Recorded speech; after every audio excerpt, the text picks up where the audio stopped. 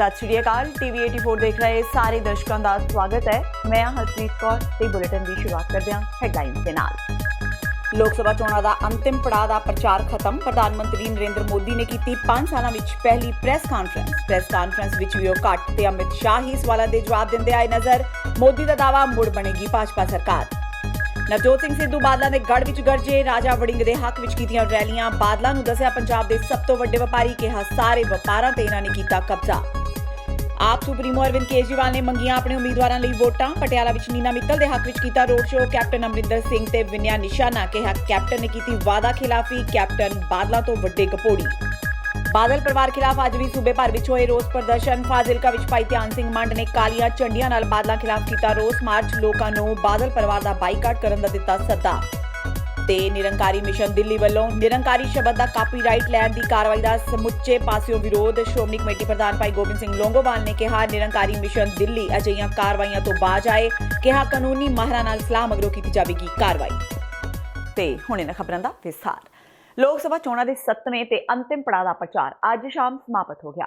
प्रचार के तुरंत बाद प्रधानमंत्री नरेंद्र मोदी ते भाजपा प्रधान अमित शाह ने दिल्ली के बीजेपी हैड ऑफिस विच एक प्रेस कॉन्फ्रेंस की। पिछले 5 सालों दौरान भारत के प्रधानमंत्री नरेंद्र मोदी ते भाजपा प्रधान अमित शाह ने अज पहली प्रेस कॉन्फ्रेंस की। मोदी ने कहा कि देश विच अजिहा पहली बार होगा कि एक मेजोरिटी वाली सरकार दोबारा सत्ता विच आएगी। पेश ने मोदी की पहली प्रेस कॉन्फ्रेंस के कुछ अंश। बहुत शानदार रहा चुनाव। एक सकारात्मक भाव से चुनाव हुआ और थोड़ा वेरीफाई कर लेना चाहिए, लेकिन मेरा मोटा मोटा मत है कि पूर्ण बहुमत वाली सरकार 5 साल पूरे करके दोबारा जीत करके आए, ये शायद देश में बहुत लंबे अरसे के बाद हो रहा है। बहुत लंबे अरसे के बाद हो रहा है। ये अपने आप में बड़ी बात है। दूसरा,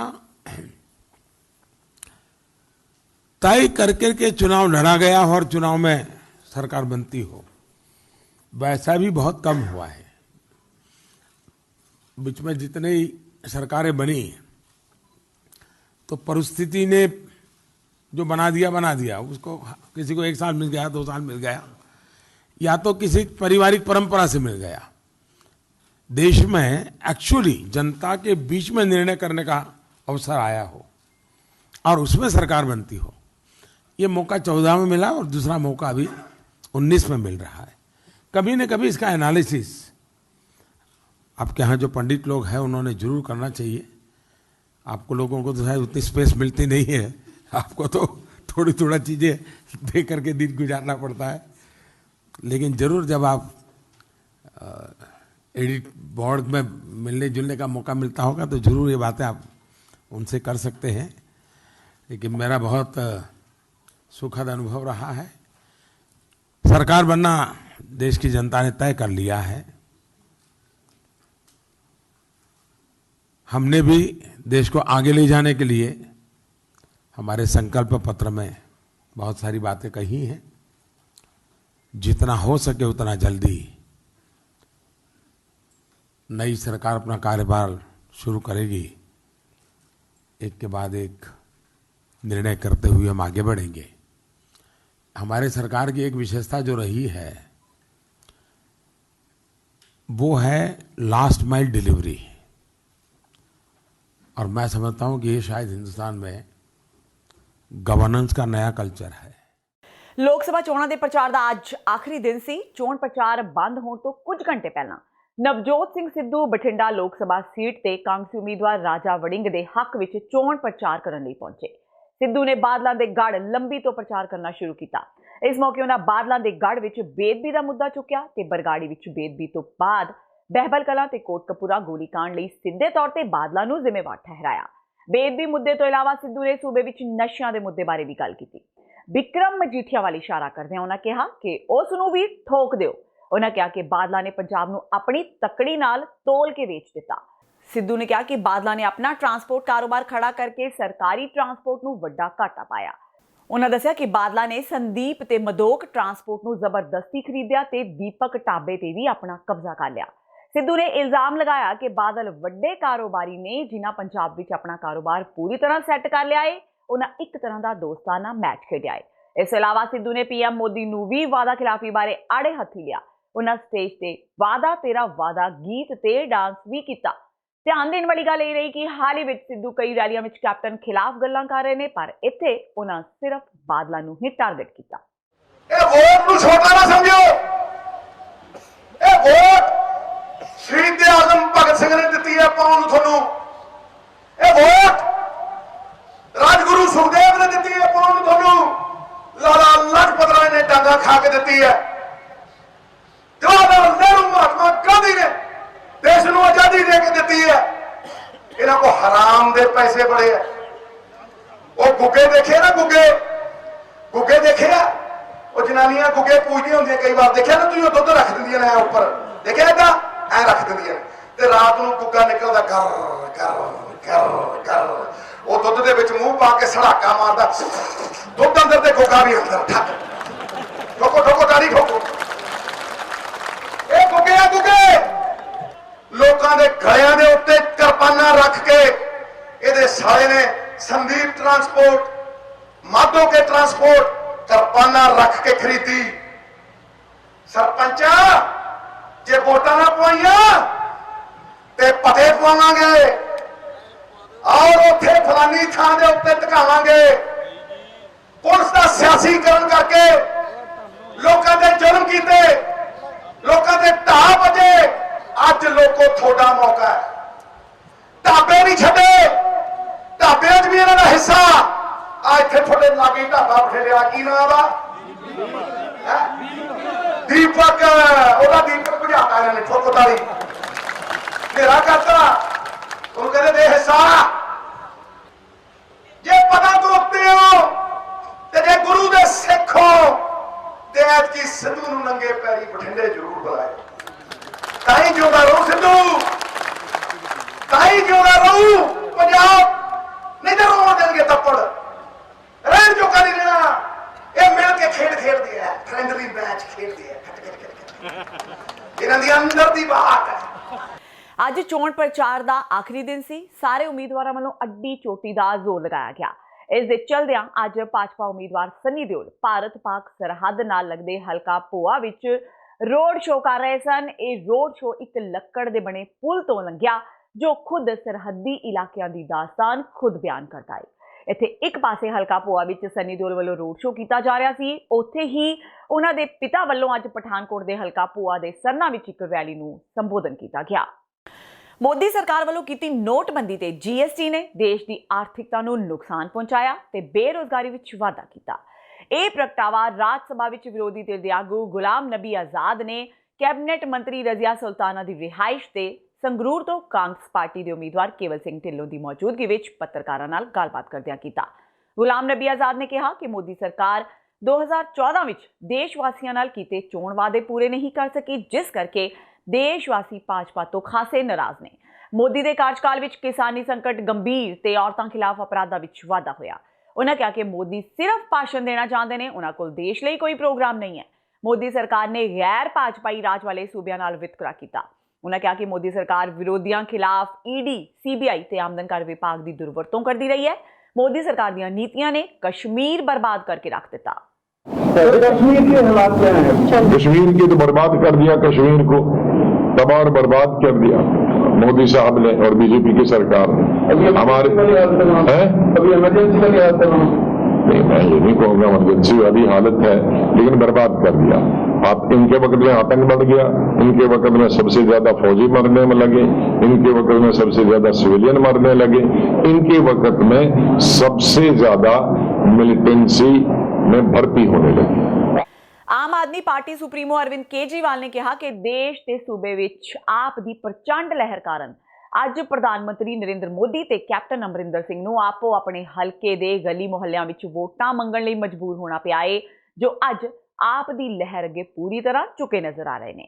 ਕੇਜਰੀਵਾਲ ਨੇ ਕਿਹਾ ਕਿ ਦੇਸ਼ ਵਿੱਚ ਮੋਦੀ ਤੇ ਸੂਬੇ ਵਿੱਚ ਕੈਪਟਨ ਵੱਡੇ ਗਪੋੜੀ ਨੇ। ਅਰਵਿੰਦ ਕੇਜਰੀਵਾਲ ਪਟਿਆਲਾ ਤੋਂ ਆਪ ਦੀ ਉਮੀਦਵਾਰ ਨੀਨਾ ਮਿੱਤਲ ਦੇ ਹੱਕ ਵਿੱਚ ਸ਼ਹਿਰ ਵਿੱਚ ਕੱਢੇ ਰੋਡ ਸ਼ੋਅ ਦੌਰਾਨ ਲੋਕਾਂ ਨੂੰ ਸੰਬੋਧਨ ਕਰ ਰਹੇ ਸਨ। ਇਤਿਹਾਸਕ ਕਾਲੀ ਮਾਤਾ ਮੰਦਿਰ ਨੇੜੇ ਕੁੰਦਨ ਗੋਗੀਆ ਦੀ ਅਗਵਾਈ ਵਿੱਚ ਰੱਖੇ ਇਕੱਠ ਨੂੰ ਸੰਬੋਧਨ ਕਰਦਿਆਂ ਕੇਜਰੀਵਾਲ ਨੇ ਕਿਹਾ ਕਿ ਸੂਬੇ ਦੇ ਲੋਕਾਂ ਨਾਲ ਕੈਪਟਨ ਅਮਰਿੰਦਰ ਸਿੰਘ ਨੇ ਵਾਅਦਾ ਖਿਲਾਫੀ ਕਰ ਬਾਦਲਾਂ ਤੋਂ ਵੱਡੇ ਗਪੋੜੀ ਆਪਣੇ ਆਪ ਨੂੰ ਸਾਬਿਤ ਕਰ ਦਿੱਤਾ ਹੈ, ਜਿਨ੍ਹਾਂ ਨੇ ਸੱਤਾ ਵਿੱਚ ਆਉਣ ਲਈ ਜਨਤਾ ਦੇ ਭਰੋਸੇ ਤੇ ਵਿਸ਼ਵਾਸ ਨੂੰ ਵੱਡੀ ਸੱਟ ਮਾਰੀ ਹੈ। कैप्टन साहब ने वादा किया था मैं नौकरी दूंगा, हर परिवार में नौकरी का वादा किया था, नहीं किया था? किस किस को नौकरी मिल गई? कैप्टन साहब ने कहा था स्मार्टफोन दूंगा, किस किस को स्मार्टफोन मिल गए? कैप्टन साहब ने कहा था मैं कर्जे माफी करूंगा, किस किस के कर्जे माफ हो गए? कैप्टन साहब ने कहा था मैं बेरोजगारी भत्ता दूंगा, किस किस का बेरोजगारी भत्ता मिल गया? कैप्टन साहब ने झूठ बोल के वोट ले लिए। अगर इस बार भी आपने उनकी बीवी को जिता दिया तो कैप्टन साहब को लगेगा पंजाब के लोग सारे वादे भूल गए। इस बार उनकी बीवी को हरा दो, कैप्टन साहब की अकल ठिकाने आ जाएगी। उनको लगेगा पंजाब की जनता बड़ी नाराज है। अगले 2.5 साल जो बचे हैं कैप्टन साहब अपने वादे पूरे कर देंगे। आप नीना मित्तल को जिता दो, आम आदमी पार्टी को वोट दो, कैप्टन साहब को मजबूर कर देंगे अपने वादे पूरे करने के लिए दोस्तों। और अगर आपने उनकी बीवी को जिता दिया तो दोस्तों फिर वो उनको लगेगा कोई बात नहीं, जो मर्जी वादे करते रहो, जैसे मोदी कपोड़ी है वैसे कैप्टन भी कपोड़ी है। ਗੁਰਦਾਸਪੁਰ ਤੋਂ ਭਾਜਪਾ ਉਮੀਦਵਾਰ ਸਨੀ ਦਿਓਲ ਨੇ ਅੱਜ ਪੰਜਾਬ ਤੇ ਹਰਿਆਣਾ ਹਾਈਕੋਰਟ ਵਿੱਚ ਗੁਰਦਾਸਪੁਰ ਨੂੰ ਅਤ ਸੰਵੇਦਨਸ਼ੀਲ ਹਲਕਾ ਐਲਾਨਣ ਦੀ ਮੰਗ ਕੀਤੀ, ਜਿਸ ਤੇ ਹਾਈਕੋਰਟ ਨੇ ਚੋਣ ਕਮਿਸ਼ਨ ਦੇ ਪ੍ਰਬੰਧਾਂ ਤੇ ਭਰੋਸਾ ਜਤਾਇਆ ਹੈ। ਇਸ ਤੇ ਚੋਣ ਕਮਿਸ਼ਨ ਨੇ ਬੈਂਚ ਨੂੰ ਧਿਆਨ ਦਿਵਾਇਆ ਕਿ ਇਸ ਹਲਕੇ ਦੀ ਸਥਿਤੀ ਦੇ ਮੱਦੇਨਜ਼ਰ ਇਸ ਹਲਕੇ ਨੂੰ ਪਹਿਲਾਂ ਹੀ ਸੰਵੇਦਨਸ਼ੀਲ ਐਲਾਨਿਆ ਜਾ ਚੁੱਕਾ ਹੈ ਤੇ ਇੱਥੇ ਕਈ ਕੇਂਦਰੀ ਫੋਰਸਾਂ ਦੀਆਂ 24 ਟੁਕੜੀਆਂ ਤਾਇਨਾਤ ਕੀਤੀਆਂ ਗਈਆਂ ਨੇ। ਚੋਣ ਕਮਿਸ਼ਨ ਨੇ ਇਹ ਵੀ ਕਿਹਾ ਕਿ ਹਲਕੇ ਵਿੱਚ ਸ਼ਾਂਤਮਈ ਚੋਣਾਂ ਲਈ ਸਨੀ ਦਿਓਲ ਵੱਲੋਂ ਢੁਕਵੇਂ ਪ੍ਰਬੰਧ ਕਰਨ ਸੰਬੰਧੀ ਇੱਕ ਮੰਗ ਪੱਤਰ ਵੀ ਪ੍ਰਾਪਤ ਹੋਇਆ ਸੀ ਤੇ ਇਸ ਵੱਲ ਵੀ ਧਿਆਨ ਦਿੱਤਾ ਗਿਆ ਹੈ। ਚੋਣ ਕਮਿਸ਼ਨ ਦੇ ਪ੍ਰਬੰਧਾਂ ਤੋਂ ਸੰਤੁਸ਼ਟ ਹਾਈਕੋਰਟ ਨੇ ਕਿਹਾ ਹੈ ਕਿ ਸਨੀ ਦਿਓਲ ਦੀ ਪਟੀਸ਼ਨ ਤੇ ਹੋਰ ਵੱਖਰੇ ਹੁਕਮ ਜਾਰੀ ਕਰਨ ਦੀ ਲੋੜ ਨਹੀਂ ਹੈ। ਅੱਜ ਜਿਹੜੀ ਪਟੀਸ਼ਨ ਹੈ ਸਨੀ ਦਿਓਲ ਜੀ ਵੱਲੋਂ ਆਨਰੇਬਲ ਜਸਟਿਸ ਦਇਆ ਚੌਧਰੀ ਜੀ ਦੀ ਕੋਰਟ 'ਚ ਪੁੱਟ ਅਪ ਹੋਈ। ਉਹਨਾਂ ਨੇ ਇਹੀ ਪ੍ਰੇਅਰ ਕੀਤੀ ਸੀ ਵੀ ਜਿਹੜਾ ਗੁਰਦਾਸਪੁਰ ਏਰੀਆ ਹੈ ਉਹਨੂੰ ਇੱਕ ਸੁਪਰ ਸੈਂਸਿਟਿਵ ਏਰੀਆ ਡਿਕਲੇਅਰ ਕੀਤਾ ਜਾਵੇ। ਇਹਦੇ ਵਿੱਚ ਆਨਰੇਬਲ ਕੋਰਟ ਨੇ ਨੋਟਿਸ ਕੀਤਾ ਇਲੈਕਸ਼ਨ ਕਮਿਸ਼ਨ ਨੂੰ, ਔਰ ਇਲੈਕਸ਼ਨ ਕਮਿਸ਼ਨ ਵੱਲੋਂ ਜੀ ਕੰਸਰਨਡ ਆਫੀਸਰ ਵੀ ਕੋਰਟ 'ਚ ਆਏ। ਉਹਨਾਂ ਨੇ ਦੱਸਿਆ ਕਿ since it is a border state, ਇਹ ਜਿਹੜੀ ਬਾਰਡਰ ਡਿਸਟ੍ਰਿਕਟ ਹੈ, ਇਸ ਕਰਕੇ ਆਲਰੇਡੀ ਅਸੀਂ ਪ੍ਰੀਕਾਸ਼ਨ ਸਾਰੀਆਂ ਲੈ ਚੁੱਕੇ ਹਾਂ। 24 ਕੰਪਨੀਆਂ ਜਿਹੜੀਆਂ ਹੈ ਪੈਰਾਮਿਲਟਰੀ ਫੋਰਸਿਸ ਦੀ ਆਲਰੇਡੀ 24/7 ਉੱਥੇ ਵਰਕ ਕਰ ਰਹੀਆਂ, ਔਰ ਉਹਨਾਂ ਦੀ ਉਹੀ ਕੰਟੈਂਸ਼ਨ ਤੇ ਜਿਹੜੀ ਸਿਬਨ ਸਾਹਿਬ ਨੇ ਦਿੱਤੀ ਹੈ ਅੱਜ ਕਿ 24 ਕੰਪਨੀਆਂ ਆਰ ਆਲਰੇਡੀ ਡਿਪਲੋਇਡ। ਇਸ ਕਰਕੇ ਕੋਰਟ ਨੇ ਕਿਹਾ no further action is called for. ਤੇ ਹੁਣ ਵੇਲਾ ਹੋ ਗਿਆ ਬ੍ਰੇਕ ਦਾ, ਬਾਕੀ ਦੀਆਂ ਖਬਰਾਂ ਇਸ ਬ੍ਰੇਕ ਤੋਂ ਬਾਅਦ।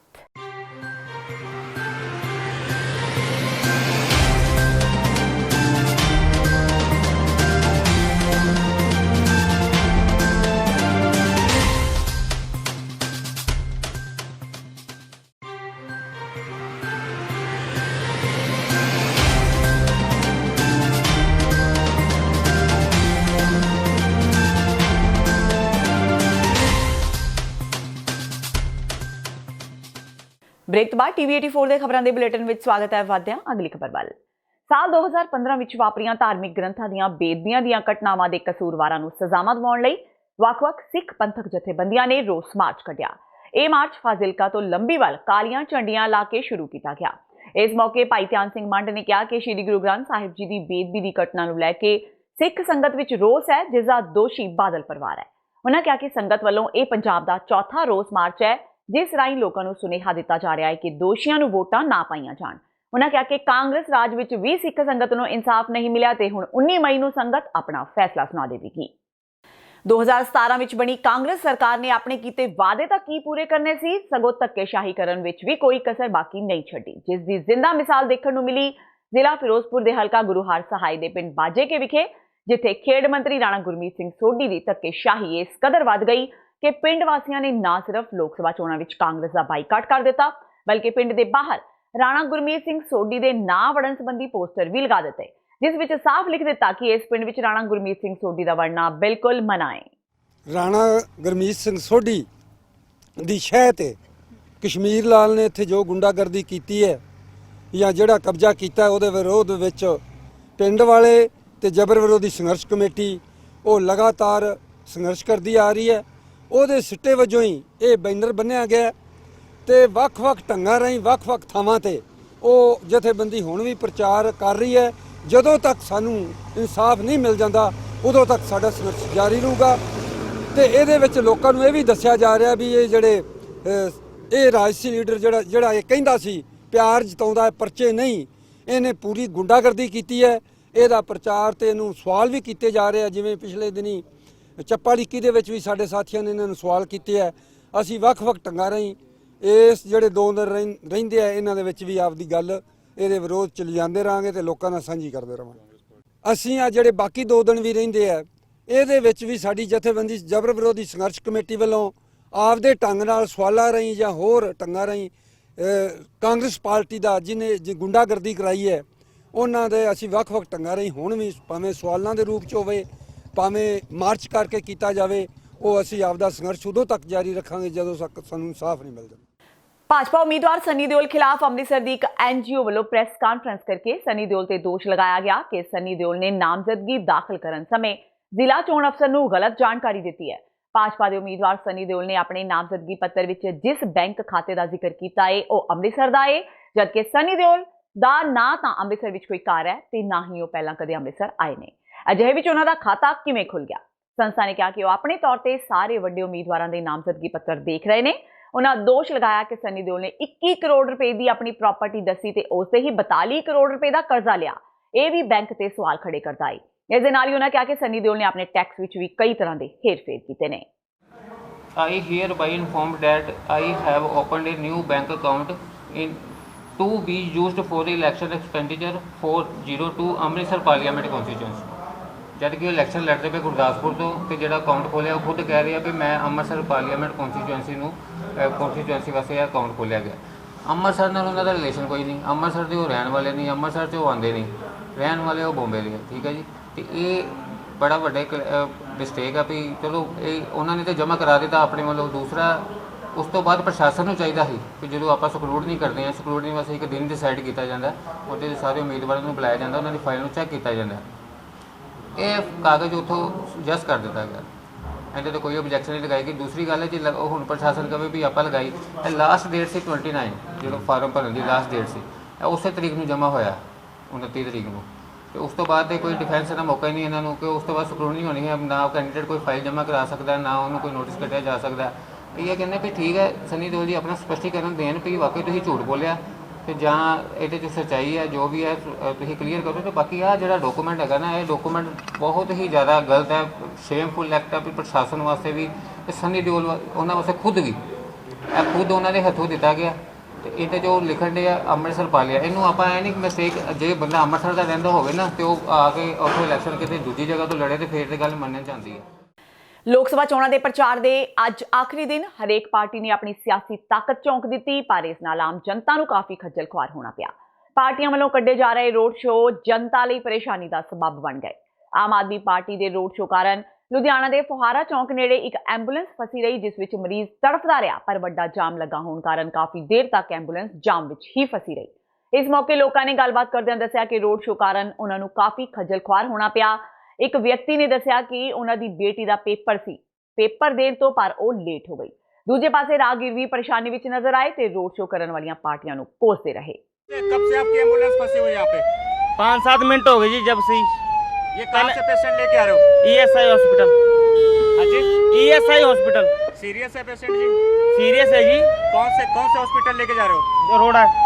कब से आप ट्रैफिक में फंसे हुए हैं? आधा घंटा पौना घंटा हो गया यार ट्रैफिक में। क्या कहना चाहेंगे? कुछ एम्बुलेंस भी यहाँ पे फंसी हुई है, उसमें पेशेंट भी सीरियस हैं, किस तरीके से देखते हो आप? देखते हैं कोई मैनेजमेंट नहीं, कोई कुछ नहीं, कोई पुलिस प्रशासन क्या कर रहा है। हम तो आप परेशान हो रहे हैं। बेटी ने अभी एग्ज़ाम देने जाना, इसका 1:30 बजे एग्ज़ाम था, खालसा कॉलेज जा रहे थे हम जी। अभी ये कह रहा है अगर पुणे से ना पहुँचे तो मेरा एग्ज़ाम कैंसिल हो जाएगा। किस तरीके जैसे राजनीतिक पार्टियां जिस तरह ये अपना रोड शो वगैरह कर रही हैं, आपको किस मतलब वो कैसा लग रहा है? कुछ नहीं कर, रोड शो ही कर रही है और बस अपनी वोट चमकाने के लिए, करना कुछ नहीं है इन्होंने। ਸ਼੍ਰੋਮਣੀ ਗੁਰਦੁਆਰਾ ਪ੍ਰਬੰਧਕ ਕਮੇਟੀ ਨੇ ਨਿਰੰਕਾਰੀ ਮਿਸ਼ਨ ਦਿੱਲੀ ਵੱਲੋਂ ਨਿਰੰਕਾਰੀ ਸ਼ਬਦ ਦਾ ਕਾਪੀਰਾਈਟ ਲੈਣ ਦੀ ਕਾਰਵਾਈ ਦਾ ਸਖਤ ਨੋਟਿਸ ਲਿਆ ਹੈ। ਮੀਡੀਆ ਰਾਹੀਂ ਇਹ ਮਾਮਲਾ ਸਾਹਮਣੇ ਆਉਣ ਮਗਰੋਂ ਸ਼੍ਰੋਮਣੀ ਕਮੇਟੀ ਦੇ ਪ੍ਰਧਾਨ ਭਾਈ ਗੋਬਿੰਦ ਸਿੰਘ ਲੋਂਗੋਵਾਲ ਨੇ ਨਿਰੰਕਾਰੀ ਮਿਸ਼ਨ ਦੀ ਇਸ ਹਰਕਤ ਨੂੰ ਸਿੱਖ ਭਾਵਨਾਵਾਂ ਨੂੰ ਸੱਟ ਮਾਰਨ ਵਾਲੀ ਕਰਾਰ ਦਿੱਤਾ ਹੈ। ਉਹਨਾਂ ਕਿਹਾ ਕਿ ਇਹ ਕਿਸੇ ਵੀ ਤਰ੍ਹਾਂ ਬਰਦਾਸ਼ਤ ਨਹੀਂ ਕੀਤਾ ਜਾ ਸਕਦਾ ਕਿ ਕੋਈ ਨਿੱਜੀ ਤੌਰ ਤੇ ਪਾਵਨ ਗੁਰਬਾਣੀ ਦੇ ਕਿਸੇ ਸ਼ਬਦ ਦਾ ਕਾਪੀਰਾਈਟ ਲਵੇ। ਭਾਈ ਲੋਂਗੋਵਾਲ ਨੇ ਕਿਹਾ ਕਿ ਅਜਿਹਾ ਹਰਗਿਜ਼ ਨਹੀਂ ਹੋਣ ਦਿੱਤਾ ਜਾਵੇਗਾ। ਇਸ ਬਾਰੇ ਕਾਨੂੰਨੀ ਮਾਹਿਰਾਂ ਦੀ ਰਾਏ ਨਾਲ ਅਗਲੀ ਕਾਰਵਾਈ ਕੀਤੀ ਜਾਵੇਗੀ। ਉਹਨਾਂ ਕਿਹਾ ਕਿ ਗੁਰਬਾਣੀ ਦਾ ਇੱਕ ਸ਼ਬਦ ਸਿੱਖ ਸੰਗਤਾਂ ਦੇ ਨਾਲ-ਨਾਲ ਸਮੁੱਚੇ ਵਿਸ਼ਵ ਵਿੱਚ ਵਸਦੀ ਸੰਗਤ ਲਈ ਇਲਾਹੀ ਹੈ। ਕੁਝ ਲੋਕ ਜਾਣਬੁੱਝ ਕੇ ਸਿੱਖਾਂ ਦੀਆਂ ਭਾਵਨਾਵਾਂ ਨਾਲ ਖੇਡਣ ਦਾ ਯਤਨ ਕਰ ਰਹੇ ਨੇ। ਉਹਨਾਂ ਕਿਹਾ ਕਿ ਸ਼ਬਦ ਗੁਰੂ ਨੂੰ ਮੰਨਣ ਵਾਲੀਆਂ ਸੰਗਤਾਂ ਇਹ ਕਦੇ ਵੀ ਬਰਦਾਸ਼ਤ ਨਹੀਂ ਕਰ ਸਕਦੀਆਂ। ਸ਼੍ਰੋਮਣੀ ਕਮੇਟੀ ਪ੍ਰਧਾਨ ਨੇ ਇਹ ਵੀ ਕਿਹਾ ਕਿ ਜੋ ਲੋਕ ਅਜਿਹੀਆਂ ਕੋਝੀਆਂ ਹਰਕਤਾਂ ਕਰਕੇ ਮਨੁੱਖਤਾ ਵਿੱਚ ਵੰਡੀਆਂ ਪਾ ਰਹੇ ਨੇ, ਸੰਗਤ ਨੂੰ ਉਹਨਾਂ ਤੋਂ ਵੀ ਸੁਚੇਤ ਹੋਣ ਦੀ ਲੋੜ ਹੈ। ਅਮਰੀਕੀ ਸੂਬੇ ਇੰਡੀਆਨਾ ਵਿੱਚ ਸੜਕ ਹਾਦਸੇ ਵਿੱਚ 2 ਸਿੱਖ ਨੌਜਵਾਨਾਂ ਦੀ ਮੌਤ ਹੋਣ ਦੀ ਖਬਰ ਹੈ। ਮ੍ਰਿਤਕਾਂ ਦੀ ਪਛਾਣ 22 ਸਾਲਾ ਦਵਨੀਤ ਸਿੰਘ ਚਹਿਲ ਤੇ 19 ਸਾਲਾ ਵਰੁਣਦੀਪ ਸਿੰਘ ਬੜਿੰਗ ਵਜੋਂ ਹੋਈ ਹੈ। ਦੋਵੇਂ ਜਣੇ ਫਿਸ਼ਰਜ਼ ਸ਼ਹਿਰ ਦੇ ਰਹਿਣ ਵਾਲੇ ਸਨ ਤੇ ਮਮੇਰੇ ਭਰਾ ਸਨ। ਪੁਲਿਸ ਦੇ ਦੱਸਣ ਮੁਤਾਬਕ ਇਹ ਹਾਦਸਾ ਬੁੱਧਵਾਰ ਨੂੰ ਦੇਰ ਰਾਤ 2:30 ਵਜੇ ਵਾਪਰਿਆ, ਜਦ ਉਹ 3 ਜਣੇ 2017 ਮਾਡਲ ਮਰਸੀਡੀਜ਼ ਬੈਂਜ ਵਿੱਚ ਸਵਾਰ ਹੋ ਕੇ ਕਿਧਰੇ ਜਾ ਰਹੇ ਸਨ। ਉਹਨਾਂ ਦੀ ਕਾਰ ਦਰਖਤ ਨਾਲ ਜਾ ਟਕਰਾਈ। ਟੱਕਰ ਇੰਨੀ ਜ਼ਬਰਦਸਤ ਸੀ ਕਿ ਦੋਵੇਂ ਨੌਜਵਾਨ ਕਾਰ ਵਿੱਚੋਂ ਬਾਹਰ ਡਿੱਗ ਪਏ ਤੇ ਮੌਕੇ ਤੇ ਹੀ ਉਹਨਾਂ ਦੀ ਮੌਤ ਹੋ ਗਈ। ਕਾਰ ਵਿੱਚ 20 ਸਾਲਾ ਗੁਰਜੋਤ ਸਿੰਘ ਸੰਧੂ ਵੀ ਮੌਜੂਦ ਸੀ, ਜੋ ਕਿ ਗੰਭੀਰ ਰੂਪ ਵਿੱਚ ਜ਼ਖਮੀ ਹੋ ਗਿਆ। ਘਟਨਾ ਮਗਰੋਂ ਫਿਸ਼ਰਜ਼ ਵਸਦੇ ਸਿੱਖ ਭਾਈਚਾਰੇ ਵਿੱਚ ਸੋਗ ਦੀ ਲਹਿਰ ਹੈ। ਵਿਦੇਸ਼ ਵਸਦਾ ਪੰਜਾਬੀ ਭਾਈਚਾਰਾ ਭਾਰਤੀ ਲੀਡਰਾਂ ਦੇ ਰਵੱਈਏ ਤੇ ਬਾਰ-ਬਾਰ ਧੋਖਾ ਖਾਣ ਤੋਂ ਬਾਅਦ ਭਾਵੇਂ ਇਸ ਵਾਰ ਚੋਣਾਂ ਵਿੱਚ ਬਹੁਤੀ ਦਿਲਚਸਪੀ ਤਾਂ ਨਹੀਂ ਲੈ ਰਿਹਾ, ਪਰ ਫਿਰ ਵੀ ਉਹਨਾਂ ਨੂੰ ਪੰਜਾਬ ਦਾ ਮੋਹ ਕੁਝ ਨਾ ਕੁਝ ਕਰਨ ਲਈ ਅੱਗੇ ਤੋਰ ਰਿਹਾ ਹੈ। ਇਸ ਵਾਰ ਕੁਝ ਅਜਿਹੀਆਂ ਪੰਥਕ ਸ਼ਖਸੀਅਤਾਂ ਦਾ ਚੋਣ ਮੈਦਾਨ ਵਿੱਚ ਆਉਣ ਨਾਲ ਉਹ ਫਿਰ ਬਣਦਾ ਯੋਗਦਾਨ ਪਾਉਣ ਲਈ ਮੈਦਾਨ ਵਿੱਚ ਆ ਗਏ ਨੇ, ਜਿਸ ਵਿੱਚ ਖਾਲਸਾ ਗੁਰਮਤਿ ਸੈਂਟਰ ਫੈਡਰਲ ਵੇ ਵੀ ਆਪਣਾ ਯੋਗਦਾਨ ਪਾਉਣ ਲਈ ਅੱਗੇ ਆਇਆ ਹੈ। ਗੁਰਮਤਿ ਸੈਂਟਰ ਦੇ ਪ੍ਰਬੰਧਕਾਂ ਵੱਲੋਂ ਬੀਤੇ ਐਤਵਾਰ ਸਰਦਾਰ ਜਸਵੰਤ ਸਿੰਘ ਖਾਲੜਾ ਦੀ ਸੁਪੁੱਤਰੀ ਨਵਕਿਰਨ ਕੌਰ ਨੂੰ ਵੀਡੀਓ ਕਾਨਫਰੰਸਿੰਗ ਕਾਲ ਸਿਸਟਮ ਰਾਹੀਂ ਸੰਗਤਾਂ ਦੇ ਰੂਬਰੂ ਕੀਤਾ ਗਿਆ। ਉਹਨਾਂ ਲਗਭਗ 15 ਮਿੰਟ ਸੰਗਤਾਂ ਨੂੰ ਸੰਬੋਧਨ ਕੀਤਾ। ਉਹਨਾਂ ਦੀ ਗੱਲਬਾਤ ਸੁਣ ਕੇ ਕਈ ਬੱਚਿਆਂ ਦੀਆਂ ਅੱਖਾਂ ਭਰ ਗਈਆਂ। ਸੋ ਅੱਜ ਮੈਂ ਜਿਹੜਾ ਮੈਨੂੰ ਅੱਜ ਮੌਕਾ ਮਿਲਿਆ ਹੈ ਕਿ ਤੁਹਾਡੇ ਨਾਲ ਗੱਲ ਕਰਨ ਦਾ, ਮੈਂ ਸੀਐਟਲ ਦੇ ਵਿੱਚ ਹੋਏ ਥੋੜੇ ਦਿਨ ਪਹਿਲਾਂ ਨਗਰ ਕੀਰਤਨ ਦੀਆਂ ਕੁਝ ਤਸਵੀਰਾਂ ਦੇਖੀਆਂ ਸੀ ਤੇ ਮੈਨੂੰ ਬਹੁਤ ਚੰਗਾ ਲੱਗਾ ਸੀਗਾ ਕਿ ਜੋ ਬੱਚੇ ਖਾਲਸਾ ਸਕੂਲ ਦੇ ਸੀਗੇ ਉਹਨਾਂ ਨੇ ਆਪਣੇ ਹੱਥੀਂ ਜੋ ਸ਼ਹੀਦ ਜਸਵੰਤ ਸਿੰਘ ਖਾਲੜਾ ਨੂੰ ਯਾਦ ਕੀਤਾ ਤੇ ਉਹਨਾਂ ਦੀਆਂ ਜਿਹੜੀਆਂ ਗੱਲਾਂ ਨੂੰ ਜਿਹੜਾ ਹੈ ਨਾ ਸਿਰਫ ਤੇ US ਜਾਂ ਕੈਨੇਡਾ ਦੇ ਵਿੱਚ ਬਲਕਿ ਇਹ ਸਾਰੀਆਂ ਗੱਲਾਂ ਜਿਹੜੀਆਂ ਹੈ ਇਹ ਹੁਣ ਪੰਜਾਬ ਦੇ ਵਿੱਚ ਵੀ ਜਿਹੜਾ ਹੈ ਉਹ ਬਹੁਤ ਵੱਡੇ ਪੱਧਰ ਤੇ ਤੁਹਾਡੇ ਜਿਹੜੇ ਸੁਨੇਹੇ ਸੀਗੇ ਉਹ ਉੱਥੇ ਪਹੁੰਚੇ ਨੇ। So I am thankful to all the kids who helped and actually even learned who was Jaswant Singh Khalda. So ਇਹ ਲੜਾਈ ਜੋ ਹੁਣ ਸਾਡੀ, it's not just personal, it's not just us, ਇਹ ਸਿਰਫ ਖਾਲੜਾ ਫੈਮਿਲੀ ਦੀ ਆਪਣੀ ਲੜਾਈ ਹੈ, ਸਾਰੀ ਕੌਮ ਦੀ ਲੜਾਈ ਹੈ, ਸਾਰੀ ਪੰਥ ਦੀ ਲੜਾਈ ਹੈ। ਸੋ ਇਸ ਲਈ ਮੇਰੀ ਤੁਹਾਨੂੰ ਅਪੀਲ ਹੈ ਕਿ ਤੁਸੀਂ ਜਿੰਨਾ ਵੀ ਹੋ ਸਕੇ ਆਪਣੇ ਇੱਥੋਂ ਦੇ ਸਾਥੀਆਂ ਨੂੰ, ਆਪਣੇ ਇੱਥੋਂ ਦੇ ਰਹਿਣ ਵਾਲੇ ਲੋਕਾਂ ਨੂੰ ਐਜੂਕੇਟ ਕਰੋ ਤੇ ਨਾਲ ਦੀ ਨਾਲ ਹੁਣ ਸਿਰਫ ਇੱਕ ਹਫ਼ਤਾ ਜਿਹੜਾ ਹੈ ਸਾਡੇ ਕੋਲ ਬਚਿਆ ਹੈ ਕਿਉਂਕਿ May 19th is the polling day ਤੇ May 19th ਨੂੰ ਜਿਹੜੀ ਹੈ ਉੱਥੇ ਇਲੈਕਸ਼ਨ ਜਿਹੜੀਆਂ ਹੋਣੀਆਂ ਹੈ ਤੇ ਸਾਡਾ ਜਿਹੜਾ ਇਹ ਫਰਜ਼ ਬਣਦਾ ਹੈ ਕਿ ਅਸੀਂ ਜੇ ਹੋਰ ਨਹੀਂ ਤਾਂ ਘੱਟ ਤੋਂ ਘੱਟ 10 ਫੈਮਲੀਆਂ ਹੀ ਉੱਥੇ ਆਇਡੈਂਟੀਫਾਈ ਕਰ ਲਈਏ ਤੇ ਉਹਨਾਂ ਨੂੰ ਹੀ ਫੋਨ ਕਰਕੇ ਐਜੂਕੇਟ ਕਰੀਏ ਕਿ ਜਸਵੰਤ ਸਿੰਘ ਖਾਲੜਾ ਕੌਣ ਸੀ ਤੇ ਜਸਵੰਤ ਸਿੰਘ ਖਾਲੜਾ ਦਾ ਮਿਸ਼ਨ ਕੀ ਸੀ ਤੇ ਉਹ ਮਿਸ਼ਨ ਹਲੇ ਪੂਰਾ ਨਹੀਂ ਹੋਇਆ ਕਿ ਉਸ ਮਿਸ਼ਨ ਨੂੰ ਪੂਰਾ ਕਰਨ ਲਈ ਸਾਰੀ ਦੀ ਸਾਰੀ ਕੌਮ ਦੀ ਜ਼ਿੰਮੇਵਾਰੀ ਬਣਦੀ ਹੈ ਕਿ ਉਸ ਆਵਾਜ਼ ਨੂੰ ਸਿੰਬੋਲਿਕਲੀ ਪਾਰਲੀਮੈਂਟ ਦੇ ਵਿੱਚ ਭੇਜਿਆ ਜਾ ਸਕੇ ਤਾਂ ਕਿ ਇਹ ਦੱਸਿਆ ਜਾ ਸਕੇ ਕਿ ਹੱਲੇ ਸਾਡੇ ਪੰਜਾਬ ਦੇ ਕੇਸ ਕਲੋਜ਼ ਨਹੀਂ ਹੋਏ ਤੇ ਜਿੰਨੀ ਦੇਰ ਤੱਕ ਸਾਨੂੰ ਇਨਸਾਫ ਨਹੀਂ ਮਿਲਦਾ ਉਨੀ ਦੇਰ ਤੱਕ ਅਸੀਂ ਲੜਦੇ ਰਵਾਂਗੇ। ਹਰ ਪਲੇਟਫਾਰਮ ਤੇ ਆ ਕੇ ਅਸੀਂ ਖੜਾਂਗੇ ਤੇ ਹਰ ਪਲੇਟਫਾਰਮ ਤੇ ਆ ਕੇ ਅਸੀਂ ਆਪਣੀ ਆਵਾਜ਼ ਚੁੱਕਾਂਗੇ। ਸਿਆਟਲ ਦੇ ਗੁਰਦੁਆਰਾ ਸ਼੍ਰੀ ਗੁਰੂ ਤੇਗ ਬਹਾਦਰ ਸਾਹਿਬ ਦੇ ਮੁੱਖ ਸੇਵਾਦਾਰ ਭਾਈ ਹਰਪਾਲ ਸਿੰਘ, ਗੁਰਦੁਆਰਾ ਸਾਹਿਬ ਦੇ ਹੈੱਡ ਗ੍ਰੰਥੀ ਭਾਈ ਦਲਜੀਤ ਸਿੰਘ ਤੇ ਬੀਬੀ ਪਰਮਜੀਤ ਕੌਰ ਮਾਹਲ ਵੱਲੋਂ ਗੁਰਦੁਆਰਾ ਸਾਹਿਬ ਦੀ ਸਟੇਜ ਤੋਂ ਸੰਗਤਾਂ ਨੂੰ ਇਸ ਸੰਬੰਧੀ ਅਪੀਲ ਕੀਤੀ ਗਈ। ਬਾਅਦ ਵਿੱਚ ਸਿੱਖ ਸੰਗਤਾਂ ਨੇ ਵੀ ਆਪਣਾ ਫਰਜ਼ ਸਮਝਦਿਆਂ ਇਕੱਠੇ ਹੋ ਕੇ ਇੱਕ ਵੀਡੀਓ ਬਣਾ ਕੇ ਜਾਰੀ ਕੀਤੀ, ਜਿਸ ਰਾਹੀਂ ਉਹਨਾਂ ਬੀਬੀ ਪਰਮਜੀਤ ਕੌਰ ਖਾਲੜਾ ਨੂੰ ਜਿਤਾਉਣ ਲਈ ਖਡੂਰ ਸਾਹਿਬ ਦੇ ਵੋਟਰਾਂ ਨੂੰ ਅਰਜ਼ੋਈ ਕੀਤੀ। ਜੋ ਕਿ ਖਡੂਰ ਸਾਹਿਬ ਤੋਂ ਮੈਂਬਰ ਪਾਰਲੀਮੈਂਟ ਲਈ ਚੋਣ ਮੈਦਾਨ ਵਿੱਚ ਹਨ। ਅੱਜ ਆਪਾਂ ਉਹਨਾਂ ਲਈ ਇਕੱਤਰ ਹੋਏ ਹਾਂ ਗੁਰਦੁਆਰਾ ਸ੍ਰੀ ਗੁਰੂ ਤੇਗ ਬਹਾਦਰ ਸਾਹਿਬ ਵਿਖੇ ਸਿਆਟਲ ਦੀਆਂ ਸਮੂਹ ਸੰਗਤਾਂ ਵੱਲੋਂ ਖਡੂਰ ਸਾਹਿਬ ਦੇ ਵੋਟਰਾਂ ਨੂੰ ਪੁਰਜ਼ੋਰ ਅਪੀਲ ਹੈ ਕਿ ਆਪਣੇ ਫਰਜ਼ ਨੂੰ ਪਛਾਣਦਿਆਂ ਹੋਇਆਂ ਜਸਵੰਤ ਸਿੰਘ ਜੀ ਖਾਲੜਾ ਦੀ ਲਾਸਾਨੀ ਸ਼ਹਾਦਤ ਨੂੰ ਯਾਦ ਕਰਦਿਆਂ ਹੋਇਆਂ ਜਿਹੜੀ ਕਿ ਭੁੱਲਣ ਵਾਲੀ ਨਹੀਂ, ਆਪਣਾ ਕੀਮਤੀ ਵੋਟ ਬੀਬੀ ਖਾਲੜਾ ਦੇ ਵਿੱਚ ਹੱਕ ਦੇ ਵਿੱਚ ਪਾ ਕੇ ਉਹਨਾਂ ਨੂੰ ਹਿੰਦੁਸਤਾਨ ਦੀ ਪਾਰਲੀਮੈਂਟ ਵਿੱਚ ਭੇਜੋ ਤਾਂ ਕਿ ਉੱਥੇ ਆਪਣੀ ਗੱਲ ਚੰਗੀ ਤਰੀਕੇ ਨਾਲ ਰੱਖ ਸਕਣ। ਸਾਡੀ ਕੌਮ ਦੀ ਪੱਗ ਦਾ ਸਵਾਲ ਹੈ ਇਹ ਜਿਹੜੀ ਸੀਟ ਹੈਗੀ ਆ, ਇੱਜ਼ਤ ਦਾ ਸਵਾਲ ਹੈ। ਜੇ ਇਹ ਅਸੀਂ ਨਾ ਜਿੱਤੀ ਤਾਂ ਸਮਝੋ ਸਾਡੀ ਜ਼ਮੀਰ ਮਰ ਗਈ ਹੈ। 25,000 ਲਾਸ਼ਾਂ ਦਾ ਸਾਡੀਆਂ ਗਈਆਂ, ਬੇਇਨਸਾਫੀਆਂ ਸਾਡੇ ਨਾਲ ਹੋਈਆਂ, ਸਜ਼ਾ ਨਹੀਂ ਹੋਈਆਂ ਗਈਆਂ ਅਜੇ ਤੱਕ। ਤੇ ਅਸੀਂ ਕੀ, ਸਾਡੇ ਕੋਲ ਵੱਡੇ ਵੱਡੀਆਂ ਕਾਰਾਂ ਤੇ ਵੱਡੇ ਵੱਡੇ ਘਰਾਂ ਦਾ ਕੀ ਫਾਇਦਾ ਸਾਨੂੰ? ਕੌਮ ਦੀ ਪੱਗ ਰੁੜੀ ਜਾ ਚੁੱਕੀ। ਉਸ ਪੱਗ ਨੂੰ ਖੜਾ ਕਰਨ ਲਈ ਇੱਕੋ ਇੱਕ ਸੀਟ ਹੈਗੀ ਆ ਜਿਹਦੀ ਬੇਨਤੀ ਹੈ ਪੋਲੀਟੀਕਲ ਪਾਵਰਸ ਤੋਂ ਉੱਤੇ ਉੱਠ ਕੇ ਹੈਗੀ ਆ।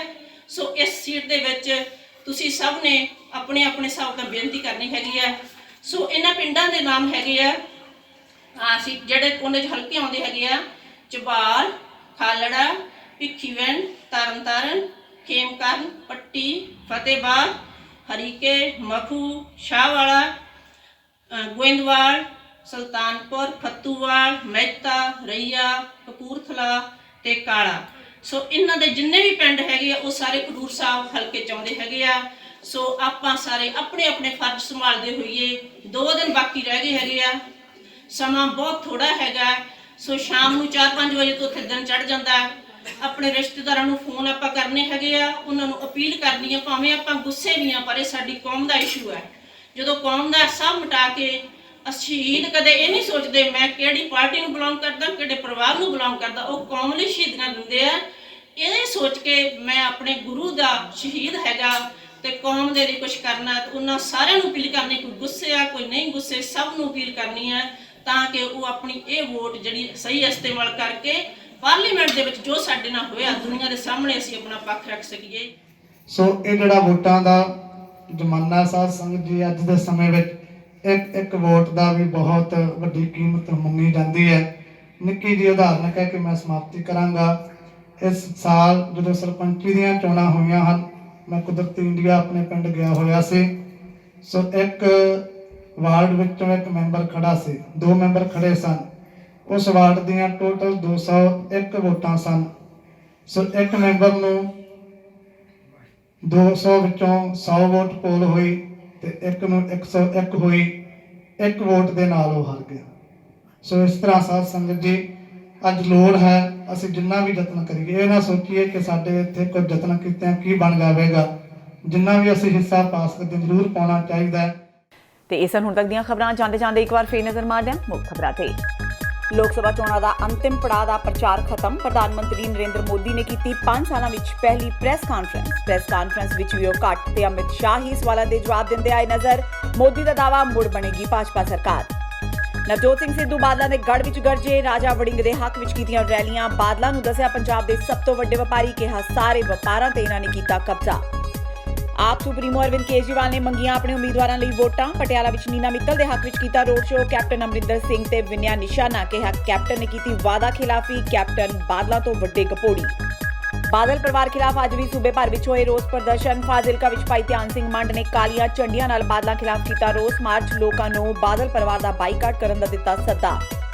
ਤੇ ਨਿਰੰਕਾਰੀ ਮਿਸ਼ਨ ਦਿੱਲੀ ਵੱਲੋਂ ਨਿਰੰਕਾਰੀ ਸ਼ਬਦ ਦਾ ਕਾਪੀਰਾਈਟ ਲੈਣ ਦੀ ਕਾਰਵਾਈ ਦਾ ਸਮੁੱਚੇ ਪਾਸਿਓਂ ਵਿਰੋਧ। ਸ਼੍ਰੋਮਣੀ ਕਮੇਟੀ ਪ੍ਰਧਾਨ ਭਾਈ ਗੋਬਿੰਦ ਸਿੰਘ ਲੋਂਗੋਵਾਲ ਨੇ ਕਿਹਾ ਨਿਰੰਕਾਰੀ ਮਿਸ਼ਨ ਦਿੱਲੀ ਅਜਿਹੀਆਂ ਕਾਰਵਾਈਆਂ ਤੋਂ ਬਾਜ ਆਏ। ਕਿਹਾ ਕਾਨੂੰਨੀ ਮਾਹਰਾਂ ਨਾਲ ਸਲਾਹ ਮਗਰੋਂ ਕੀਤੀ ਜਾਵੇਗੀ ਕਾਰਵਾਈ। ਇਸ ਦੇ ਨਾਲ ਹੀ TV 84 ਦਾ ਖਬਰਾਂ ਦਾ ਇਹ ਬੁਲੇਟਿਨ ਖਤਮ ਹੁੰਦਾ ਹੈ। ਮੈਨੂੰ ਹਰਪ੍ਰੀਤ ਕੌਰ ਨੂੰ ਦਿਓ ਇਜਾਜ਼ਤ। ਸਤਿ ਸ਼੍ਰੀ ਅਕਾਲ।